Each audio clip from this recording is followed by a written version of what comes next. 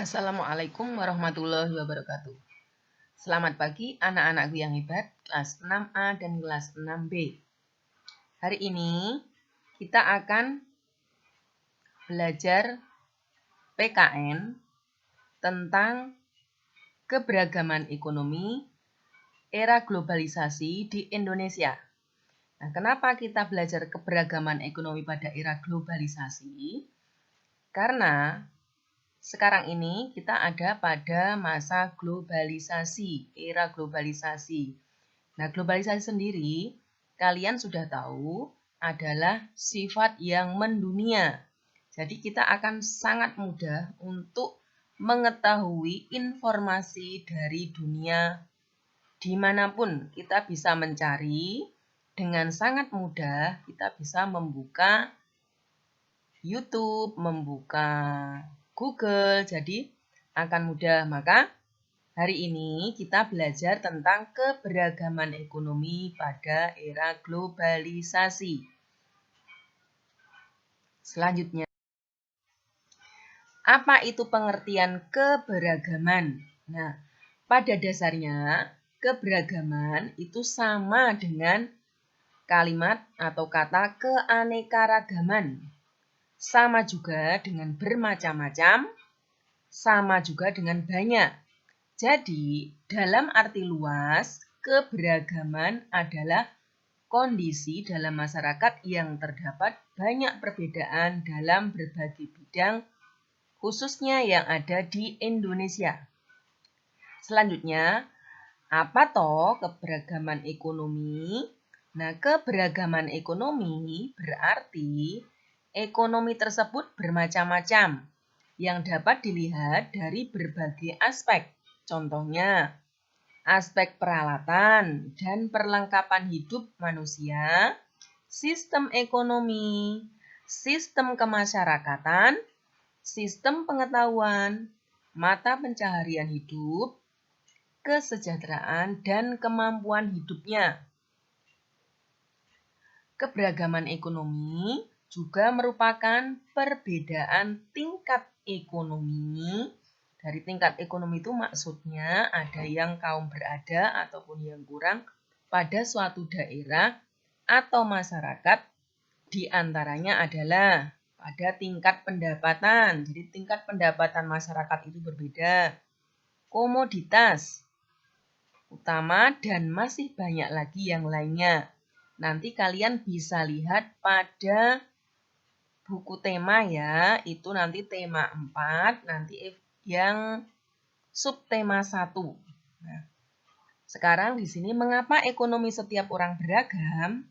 Nah, setiap orang itu dilahirkan dengan perbedaan dari Tuhan, termasuk dalam ekonominya. Nah, kita tidak bisa minta kita dilahirkan pada keadaan ekonomi yang cukup atau yang kurang, kita tidak bisa memilih. Nah, makanya itu sudah dilahirkan dengan sendirinya. Kita lahir pada ekonomi yang cukup ataupun yang kurang. Nah, tingkat ekonomi ini juga disebabkan karena tingkat kemampuan diri dan kerja keras. Jadi, walaupun kita dilahirkan dengan ekonomi yang pas-pasan atau katakanlah masih kurang, akan tetapi seandainya kita meningkatkan kemampuan diri dengan bekerja keras, maka kita akan termasuk dalam tingkat ekonomi yang lebih. Nah, di sini ada 3 aspek yang memengaruhi keberagaman ekonomi, yaitu yang pertama aspek keterampilan. Nah, di sini kita bisa lihat pekerjaan dengan keterampilan yang lebih, contohnya keterampilan dalam informasi dalam internet, berarti kita mendapatkan informasi yang baik. Jadi kita bisa bekerja yang berhubungan dengan internet, itu berkaitan dengan keterampilan. Terus ada juga keterampilan penting. Keterampilan misalnya kita menjadi seorang manajer, itu adalah memerlukan keterampilan yang baik. Itu nanti kita bisa menduduki sebagai seorang pemimpin perusahaan, manajer. Nah, di sini kita juga bisa sebagai tutor, seorang tutor. Ini juga memerlukan keterampilan dalam berbicara, keterampilan dalam mengorganisasi. Nah, ini dipercaya sebagai seorang tutor. Selanjutnya, pendidikan. Aspek yang memengaruhi keberagaman ekonomi. Yang kedua adalah pendidikan. Pendidikan kita bisa lihat contoh pekerjaan. Di sini Bu Titik contohkan adalah orang yang bekerja di pabrik. Orang yang bekerja di pabrik dan dia bekerja seperti ini, dia bagian produksi. Tentunya itu banyak yang berpendidikan, mungkin SMA, lulusan SLTA, SMK. Nah, sedangkan kita bisa lihat di sini, misalnya seorang pengajar atau seorang guru, dia tidak mungkin hanya lulusan SMA. Karena apa? Karena dia mendidik murid agar menjadi menuntun mereka atau membawa mereka untuk lebih baik lagi. Tentunya di sini yang berpendidikan lebih tinggi, paling tidak untuk sarjana. Jadi kalian misalnya bisa lihat ada guru atau misalnya yang lain itu mungkin pasti mempunyai gelar yang ada di belakangnya. Nah, itu adalah seorang sarjana. Itu berkat pendidikan. Selanjutnya, di sini kita lihat Bapak Proklamator. Zaman dahulu, nah ini zaman dahulu saja, ini Bapak Proklamator, Bapak yang memproklamasikan kemerdekaan. Tidak mungkin dia dipilih itu berdasarkan karena ketidakmampuannya, terus tentu saja dia sangat mampu dan pada saat itu, pada tahun 1945, Bapak Soekarno ini sudah sebagai seorang insinyur. Nah, dia juga sudah berpendidikan tinggi. Secara otomatis dia sudah dipilih oleh masyarakat. Selanjutnya, aspek yang mempengaruhi lagi adalah sikap. Sikap ini bagaimana? Sikap yang terbuka. Terbuka mau menerima kemajuan, apalagi pada saat ini pada era globalisasi. Nih, jadi kita bisa menerima kemajuan yang datang dari dalam maupun dari luar. Makanya ini akan menyebabkan keberagaman ekonomi. Nah, malah di sini ada dikatakan 5 pekerjaan yang paling menjanjikan itu sekarang itu adalah ahli data. Jadi orang yang bisa dalam ahli data apapun dia akan sangat mempunyai pekerjaan yang bagus. Terus di sini ada digital marketer. Terus ada juga desainer, akuntan. Jadi ini adalah pekerjaan-pekerjaan yang sangat menjanjikan dan ini adalah membutuhkan keterbukaan. Dia berhubungan dengan orang lain. Dia mau menerima masukan dari orang lain. Jadi adalah sangat terbuka sehingga akan membawa kemajuan bagi diri kita.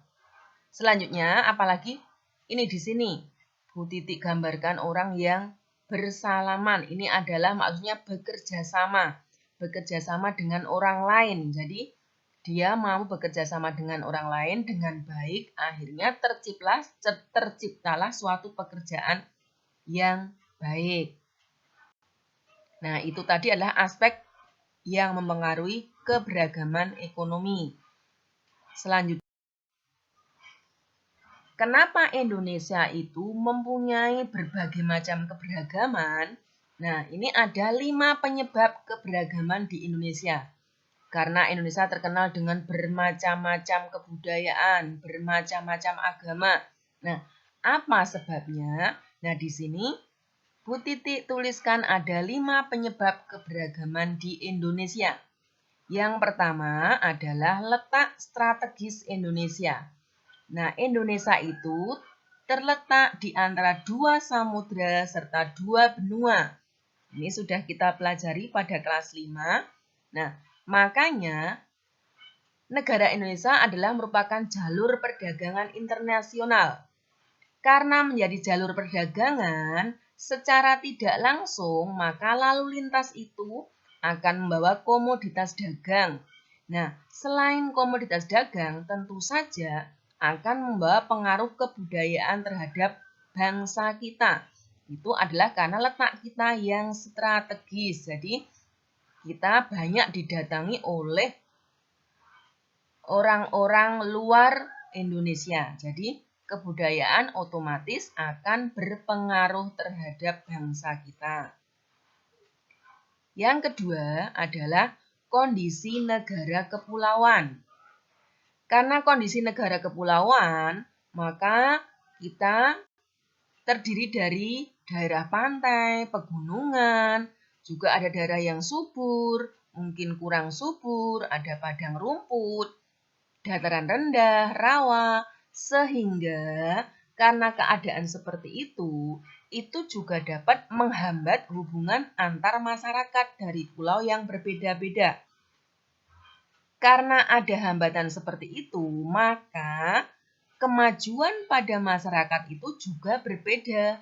Kita bisa lihat, kalau tinggal di daerah pegunungan, mungkin akan lebih tertinggal daripada orang yang tinggal di dataran rendah yang mendekati perkotaan seperti itu. Jadi tingkat kemajuannya akan berbeda. Selanjutnya, yang ketiga. Nah, yang pengaruhnya adalah perbedaan kondisi alam. Nah, kondisi alam itu berkaitan dengan kekayaan alam. Jadi, ini berkaitan dengan kekayaan alam, juga tanaman yang tumbuh dan hewan yang hidup di sekitarnya. Masyarakatnya akan berbeda dalam apa? Dalam bentuk rumah, karena bentuk rumah tentu saja misalnya kalau masih di daerah yang banyak pohon-pohonnya, itu tentu saja rumahnya berbeda dengan yang jarang pohon-pohonnya. Misalnya bentuk rumah panggung sama bentuk rumah yang langsung ada atau tidak ada bentuk panggungnya. Jadi, terus mata pencaharian di daerah pegunungan juga dengan daerah dataran rendah akan berbeda. Makanan pokoknya, pakaiannya, kesenian, bahkan kepercayaannya. Yang keempat, keadaan transportasi dan komunikasi. Nah, kemudahan sarana ini membawa masyarakat mudah berhubungan dengan masyarakat lain, meskipun jarak dan kondisi alam yang sulit. Sebaliknya, seandainya sarana transportasi ini kurang, apalagi komunikasi kurang, maka itu akan terbatas sehingga menimbulkan keberagaman masyarakat Indonesia yang tidak menggunakan sarana komunikasi itu tentu saja akan berbeda jauh dengan yang selalu menggunakan sarana komunikasi dengan lancar. Dan kita tahu, contohnya sekarang ada belajar dari rumah. Nah, kita akan banyak menggunakan mungkin paket internet, itu banyak kita gunakan. Coba kalau di daerah yang pedesaan, yang sangat jauh tertinggal dengan adanya komunikasi, maka itu akan sangat sulit mendapatkan sinyal. Nah, kita juga tahu misalnya kita ada yang tinggal di daerah yang kita contohkan misalnya Kulon Progo yang agak jauh ke atas. Nah, itu akan sinyalnya akan berbeda dengan yang hanya tinggal di daerah sekitaran sekolah kita, seperti itu. Yang kelima, penerimaan masyarakat terhadap perubahan. Nah, penerimaan masyarakat terhadap sesuatu yang baru, baik yang datang dari dalam maupun luar masyarakat, akan membawa pengaruh terhadap perbedaan masyarakat Indonesia. Nah, ada yang masyarakat langsung menerima perubahan. Itu contohnya masyarakat perkotaan, karena masyarakat perkotaan sangat mudah sekali untuk terpengaruh. Nah, ini kita harapkan pengaruh atau masukan itu yang baik. Jadi misalnya kita terpengaruh itu adalah yang baik. Nah, namun ada masyarakat yang bertahan dengan budayanya. Jadi mereka tidak mau berubah. Nah, kita lihat misalnya suku Asmat. Suku Asmat itu ada yang masih sangat bertahan, dia tidak mau berpakaian.